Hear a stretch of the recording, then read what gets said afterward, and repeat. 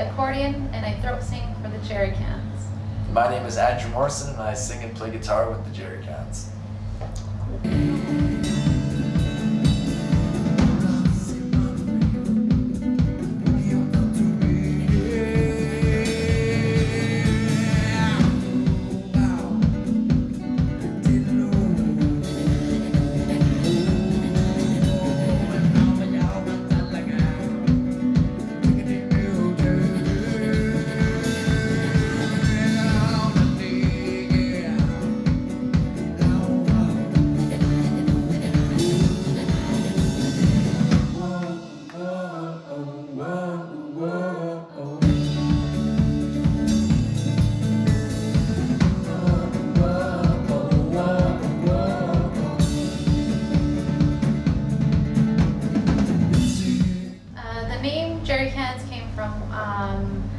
When our drummer actually tried to build a drum kit out of jerry cans.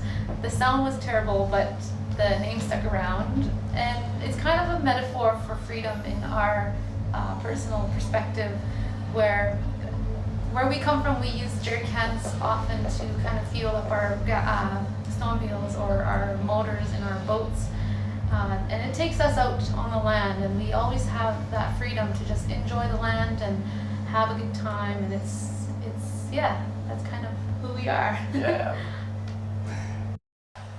But we started to, the bass player and the drummer and I, we used to play music since we were 10 years old, just jamming out in the garage, and then Nancy joined the band about 6 years ago, and we started to kind of switch from playing cover songs and rock and roll and punk rock and stuff to kind of looking around our community and seeing where we could gain inspiration from. And there's lots of complicated stuff, and so we kind of sing songs of our community. So we're a folk band, I guess, in that use of the term, but we're a very kind of a loud folk band, if you can say that.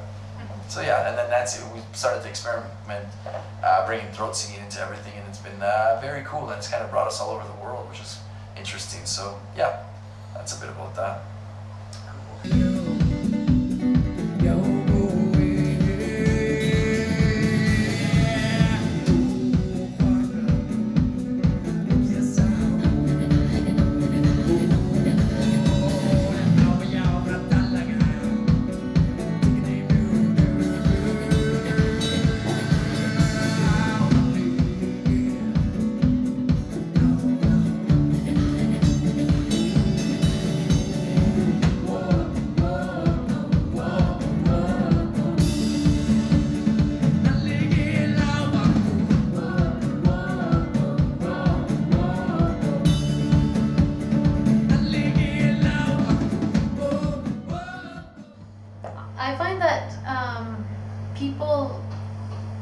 People sense it, or like they can feel that we're having a great time and we're singing with this energy that, I don't know, some people have come up to us and they said, I absolutely don't understand what you're singing about, but I love the energy that you have. And that's I guess the most important part of it is that people enjoy our music or our performances, and that's all that matters.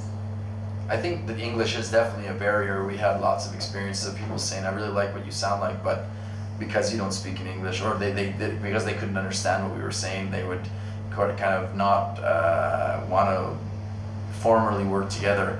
So, but we're trying to challenge that. There's lots of young artists where we come from that sing in language, and we want to make sure that they have every opportunity to share their music all over the world and be proud to sing their language. We see it as a strength and not necessarily a weakness, and I think that that's something that is challenging. It's not, we face that pressure all the time, but we're finding ways to navigate that and be able to still sing in English. I mean, still sing in language and function in an English-dominant world.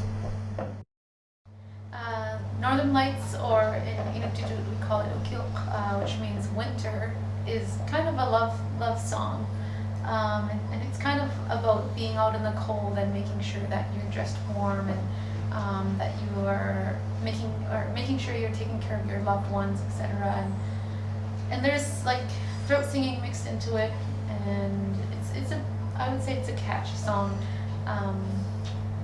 Anything more you can say about it? It's in my head right now when you say it's a catchy song. Yeah, it's there's lots of different elements to it, and you just have to hear it, I think, and it's about struggles in life and how when you lose someone you love, it can be very, very challenging, but where we live, there's so much beauty still within the land, but also the community, and I think that that's what we're trying to get out, the message that for young people that life sucks sometimes, but there's still lots of beauty around you all the time, and you should tap into that, or try to tap into that when you're feeling really down. And so it means many things, and especially when we're working in two different languages, it has lots of different meanings. So, but that's a little bit of it. We're trying to share the beauty of our hometown with people up north, but also all over the world. So that's a little bit about that too. So we live in a place called Iqaluit, which is the capital city of Nunavut, which is a territory in the far north of Canada. And right now, I would say it's pretty cold, minus 48 maybe. Yeah. And it's covered in snow at the moment, but it's a great little city to live in, just because we have a lot more things to do compared to smaller communities in Nunavut. And there's lots of opportunity to play music in different venues, and you know, it's a place to kind of meet new friends and just gather together and create new music.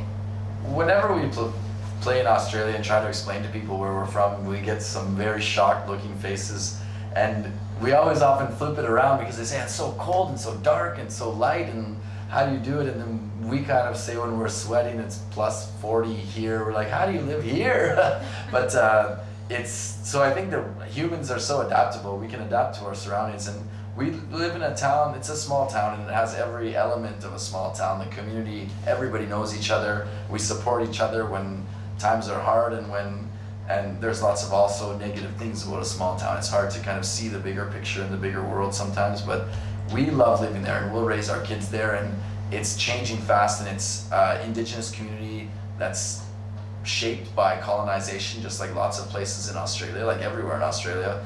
And so there's lots of struggles within that, and lots of people really working to figure out ways for non-Indigenous and Indigenous communities to understand each other better, and there's often lots of challenges that come out of that, and we're just part of that, and we love living there, and we love to kind of contribute to making it a better place. I always just like to add that we're very grateful to be here in Australia, and it's literally across the world. We traveled on planes for 45 hours to get here, waiting in airports, and we're just so thankful to get in touch with the communities across Australia. And I think that what's happening in Canada is non-Indigenous and Indigenous communities are learning about the past and learning about history, and learning about how things are kind of challenging these days, and also learning how to understand each other better. And I just am very grateful to be part of that conversation in Australia, because I think it's an important thing that's happening here too. So throat singing traditionally was a friendly competition, so mostly women did it just because men would be out hunting for months at a time. And so it's kind of two women would be singing, and you create sounds, exact same sounds overlapping each other by a little bit, and you create a completely new sound. And a lot of the songs imitate the sounds of nature where we live.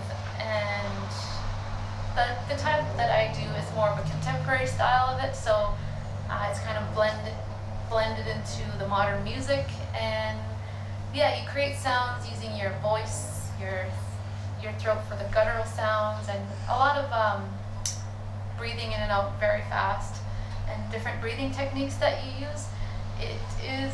It can get, it's hard when you start to throat sing for the first time, but once you do it for a while, it becomes much easier to do. It's like I always say, it's like callousing your fingers when you're a guitar player. In the beginning it hurts, but then you get over it, you don't feel pain anymore. So yeah, that's throat singing 101 for you.